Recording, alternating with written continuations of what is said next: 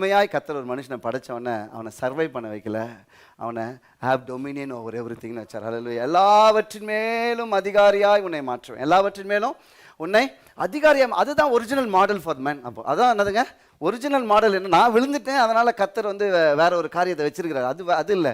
ஒரிஜினலாக கர்த்தர் என் வாழ்க்கையில் விரும்புகிறது, நான் சர்வைவ் பண்ண விரும்பலை, என்னை கர்த்தர் அல்லையா கான்கரராய் மாற்ற விரும்புகிறார், என்னை அதனால தான் புதிய ஏற்பாட்டில், பழைய ஏற்பாட்டில் மட்டும் விட்டுறக்கூடாது. புதிய ஏற்பாட்டில் இப்போ பவுல் விதமாக சொல்கிறாரு, கிறிஸ்துவுக்குள் எல்லா இடங்களிலேயும் எங்களை வெற்றி சிறக்க பண்ணுவார். ஹல்லேலூயா. அது மாத்திரமல்ல, நான் கிறிஸ்துவுக்குள் முற்றும் ஜெயம் கொள்ளுகிறவர்களா, முற்றும் ஜெயம் கொள்ளுகிற, ஒரு ஏரியாவில் ஜெயம் இல்லை, முற்றும் ஜெயம் கொள்ளுகிறவர்களா இருக்கிறோம். வி ஆர் மோர் தென் சொல்லுங்க.